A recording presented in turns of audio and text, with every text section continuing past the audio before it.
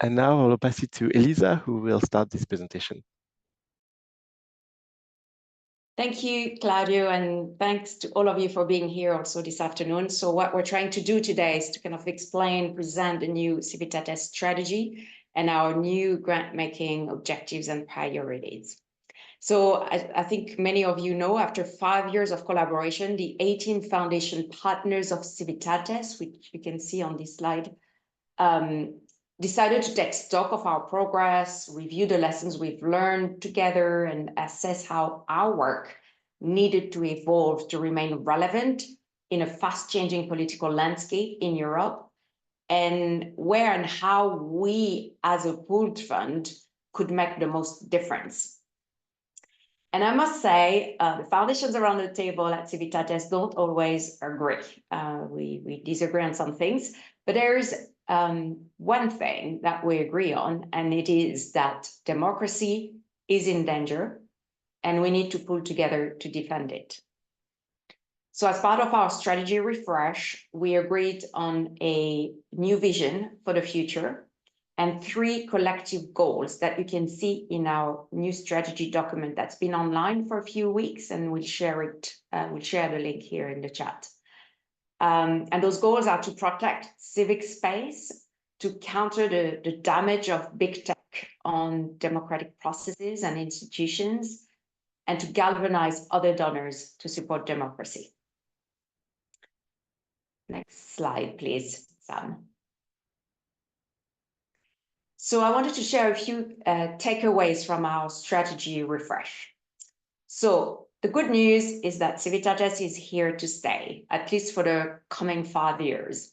All the donors around the table at Civitates have recommitted to continuing their collaboration within the pooled fund, and new foundations are expressing interest in joining the collective.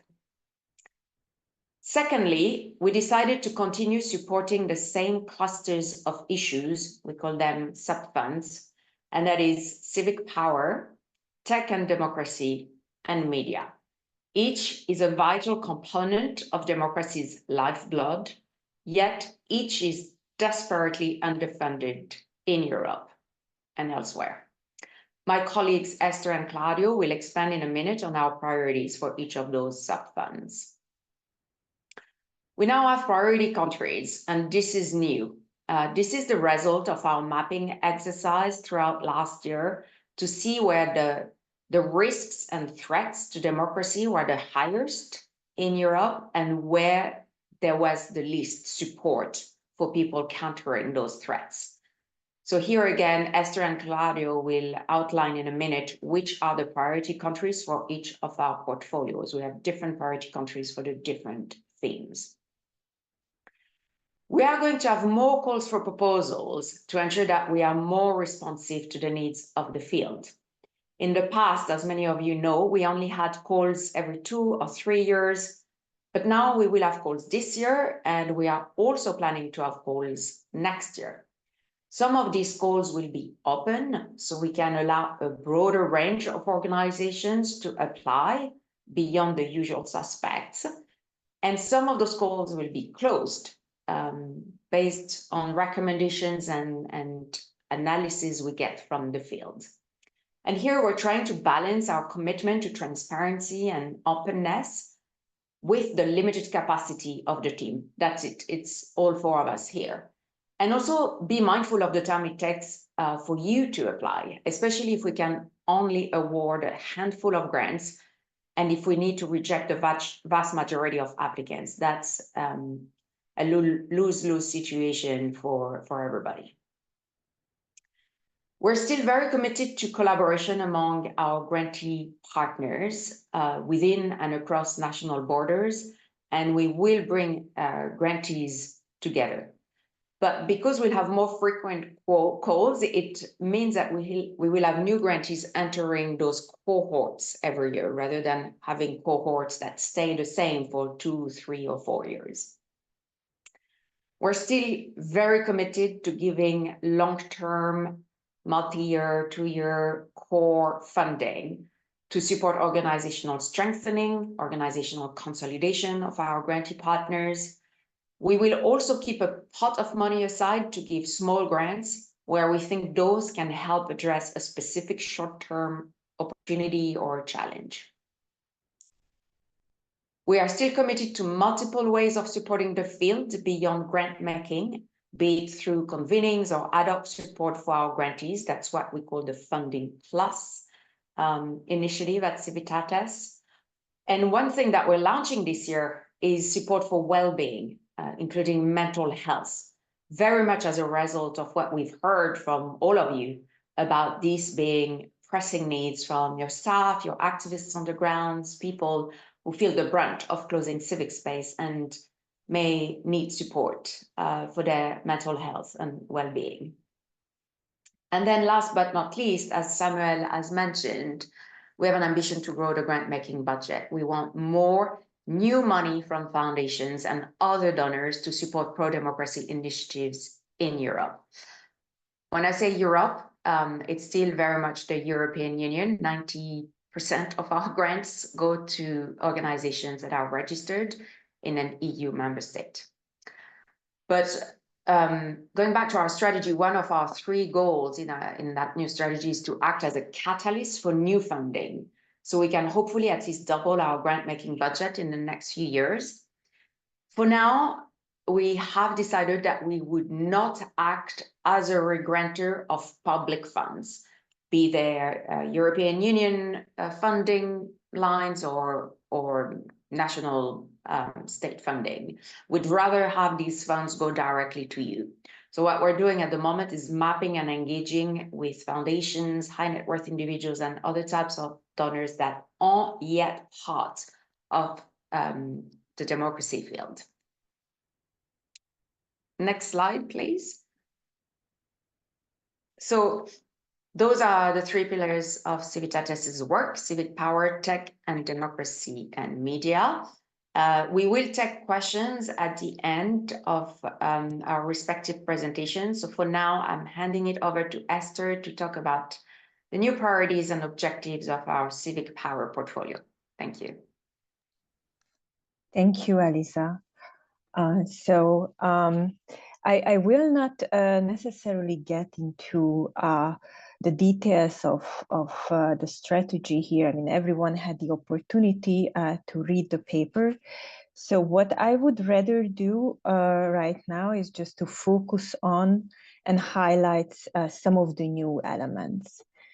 In terms of the civic power sub-fund, generally, the strategy is more proactive, more opportunity focused approach is what we're embracing with this new strategy, and it kind of represents a shift from protection towards prevention and expansion of civic space.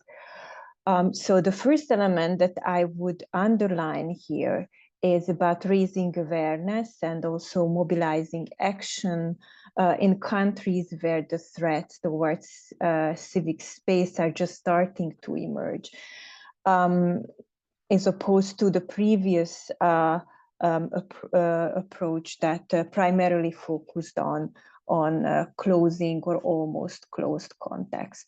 And it will come with a geographic diversity, and I will talk in a little bit more detail about that later.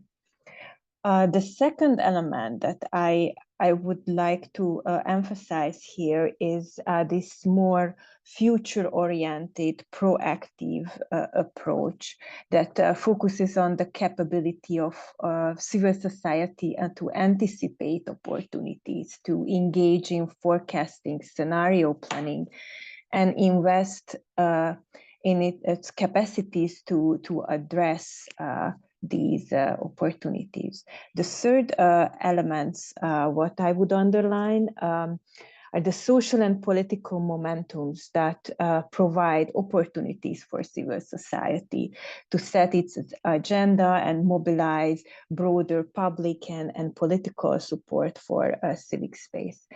And we decidedly didn't predefine what is a social and political momentum. So we would leave it to our grantees to identify these momentums.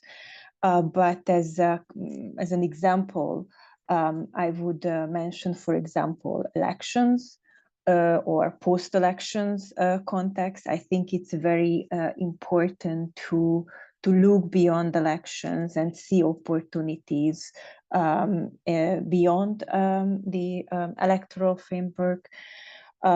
Social and political momentums could be emerging political scandals or emerging social movements. So there are the variety of these momentums. And as I said, we would leave it to our grantees to define what are those momentums in which they see opportunities. And the last element I would underline here is our focus on resilience and sustainability of civil society actors. And here I would refer back to what Elisa was telling about our focus on well-being and psychosocial security, because we regard it as an integral part of building resilience. We cannot build resilience organizations without the well-being of the people who work there. So these are the new elements, and what does not change is our primary focus on coalitions. We keep this approach from the previous strategy, and as it was already mentioned, our commitment to core funding and multi-year support. So if we go to the next slide. Yes, then I would talk a little bit about the country selection and primarily about the selection criteria that we set. The first criteria is that we would like to create diverse cohorts, combining countries where the warning signs of closing civic spaces just started to emerge, and combining with countries where civic space is at serious risk. And this is would provide an opportunity to explore how different strategies of civil society can be adapted to various contexts, how different countries can, and civil society in different countries can learn from each other. And we would facilitate learning, exchange, and all of these opportunities. If we go back, yes, thank you. It will come with a range of regions. So far, Civitates was preoccupied with the Central and Eastern European region, but with this new strategy, we recognize that closing civic space is not a Central and Eastern European phenomenon anymore. And we also have to pay attention to Western Europe, Southern, and even Northern Europe. And when defining the priority countries and the cohorts, we also looked at available funding. For 2025, we set the cohort, and it includes Slovakia, Romania, Poland, Hungary, Bulgaria, Austria, and France. For 2026, I listed more countries here. The final decision on the cohort will be made later. We find that it's very important to revise the priority countries in order to be able to be responsive to political changes in the region. So if we go to the last slide, I would tell you a little bit about the operational part. 5 years ago, when Civitates was started, we recruited our grantees through an open call for proposal. And it just feels fair and right that now that we're starting a new grant making cycle, we started again with an open call for proposal. So this year, the open call will be launched in eligible countries. The total budget of the call will be €840,000, and we will be able to provide seven 2-year grants. We will primarily focus on applicants and grantees who work at a national level. We focus on networks and coalitions that have a proven track record on civic space and democratic freedoms.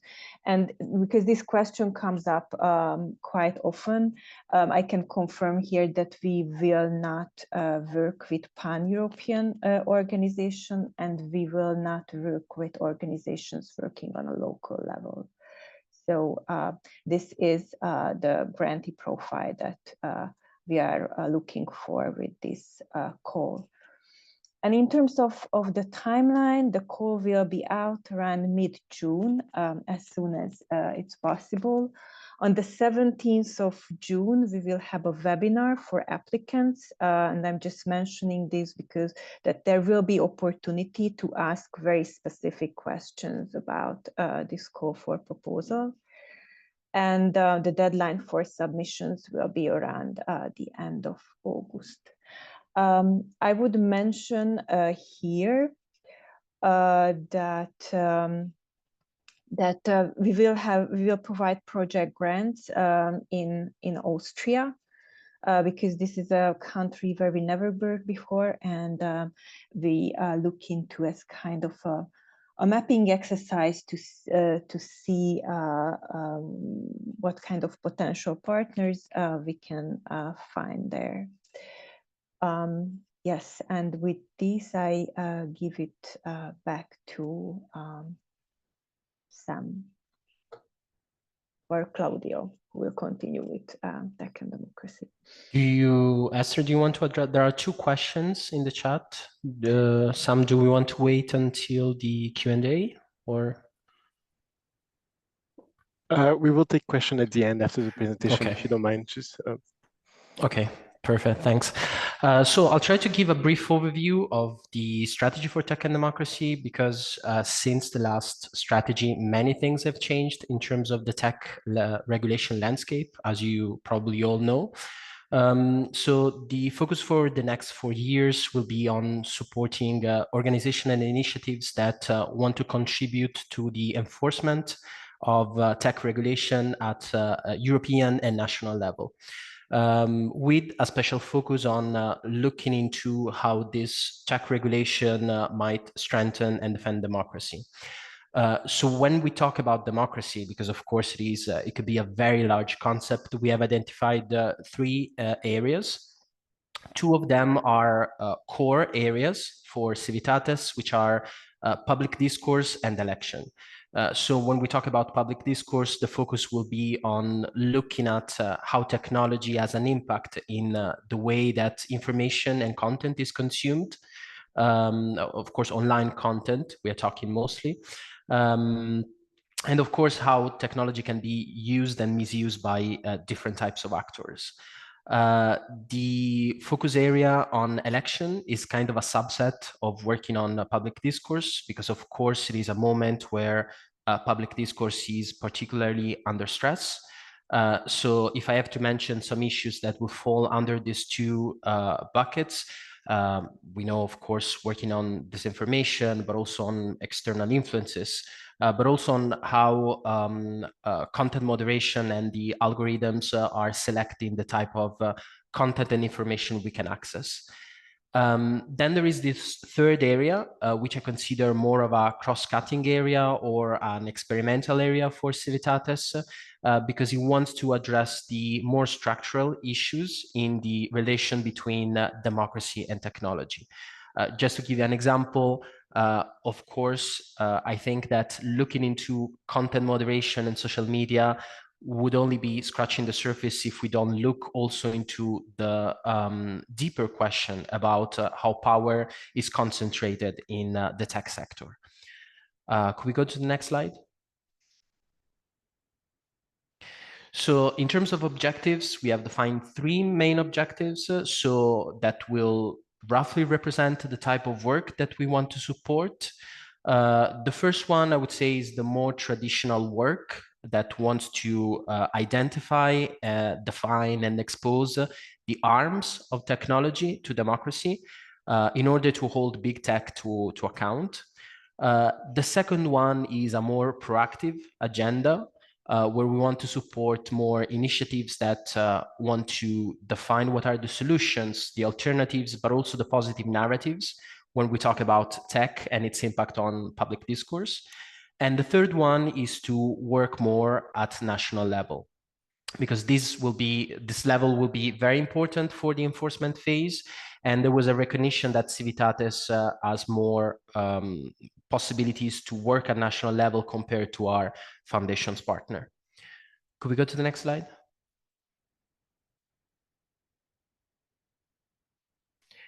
So in terms of how we operationalize this, there will be an open call that will be launched on the 1st of July. And that will be focused at national level in 2 countries, in Ireland and France. There were very nice flags, but unfortunately they're not appearing. So you will also read the acronyms of the countries. So the majority of this year budget will be dedicated to start working more at national level. As I said, there is the recognition that Civitates has more an agency to do so compared to the other foundations. So we'll dedicate 700,000 euros for this open call that we launched on 1st of July. As you will see in the strategy, we will try to have a more cross-regulation approach in the sense of trying to support organizations that want to work on different tech regulation. But for this year, the focus will be on the Digital Services Act. This for different reasons, because it is the one that is more connected to the issue of public discourse, because it is more advanced in terms of enforcement, but also because it's an area that we have already invested on in the last years. So the expectation for this open call is to have around 3-4 grants of between 150 to 100,000, and maximum for 2 years, which is the limit we have currently in Civitates. We're going to still keep some budget for the EU level. That so far has been the core of the Civitates Tech and Democracy work. So we have saved 350,000 euros, probably for between 2-3 grants.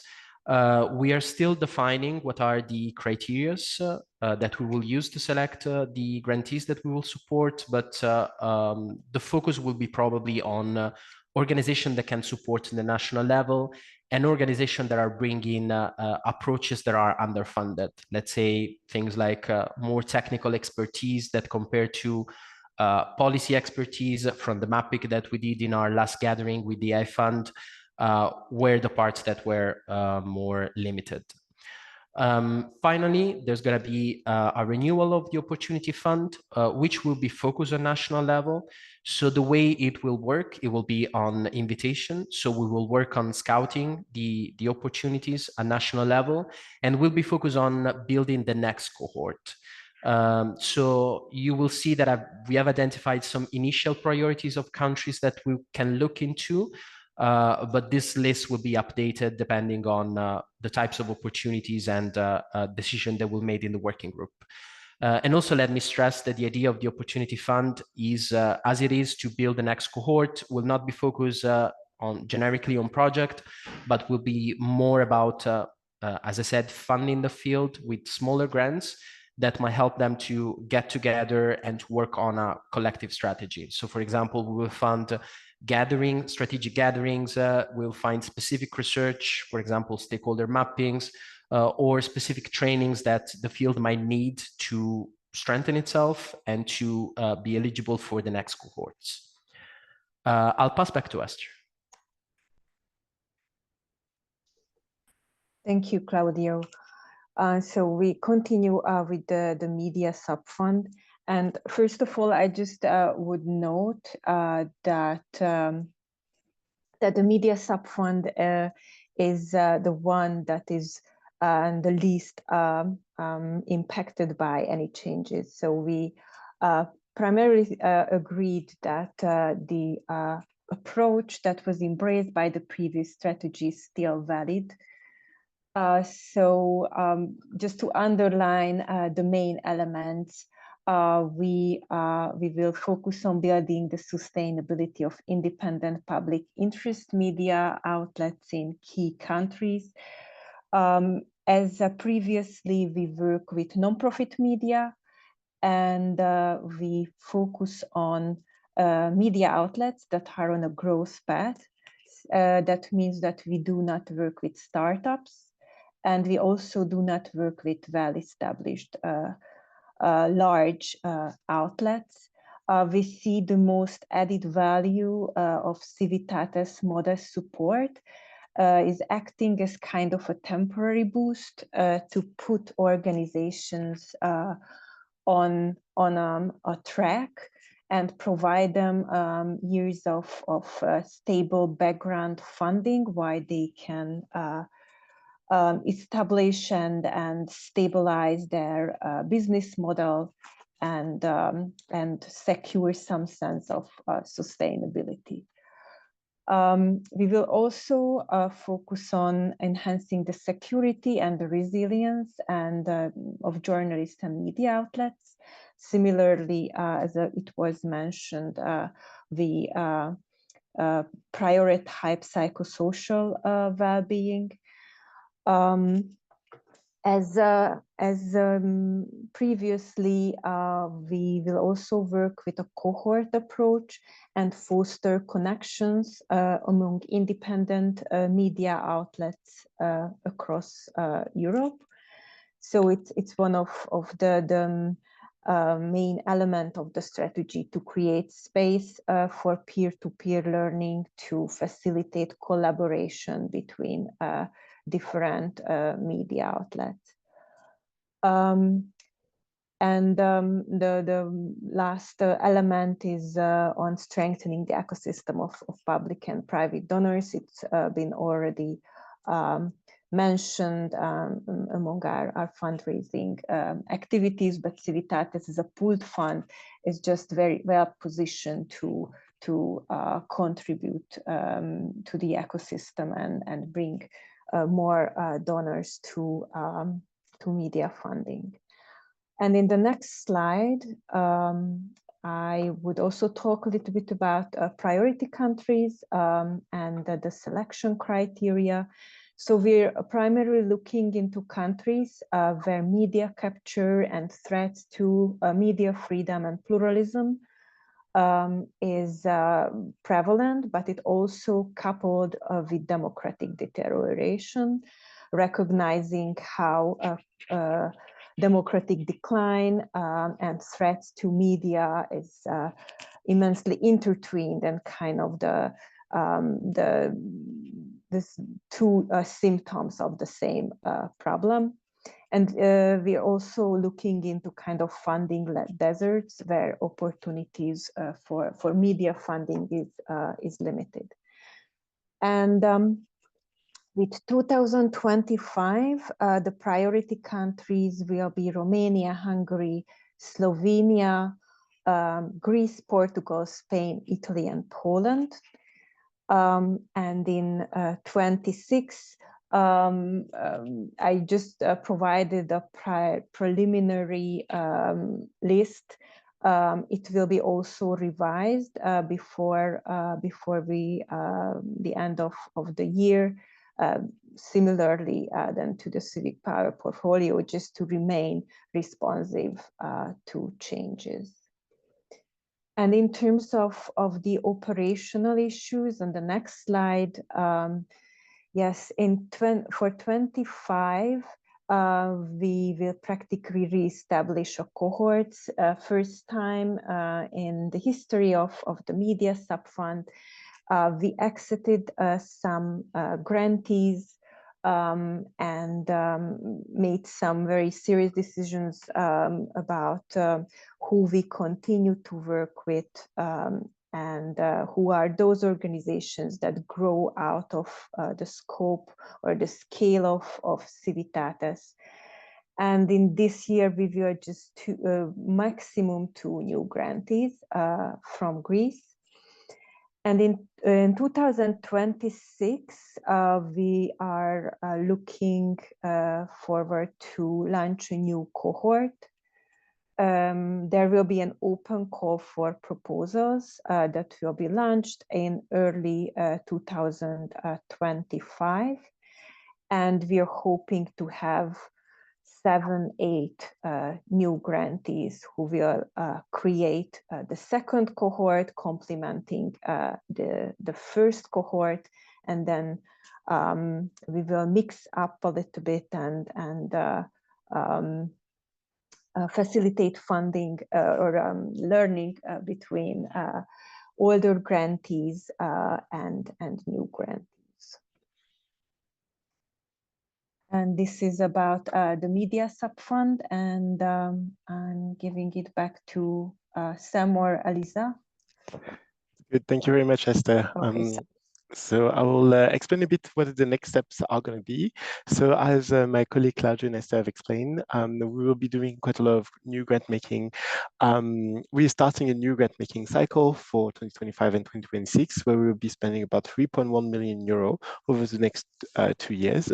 This represents about 6 new open calls for in 2024 and 2026 to create those 2 cohorts for 2025 and 2026.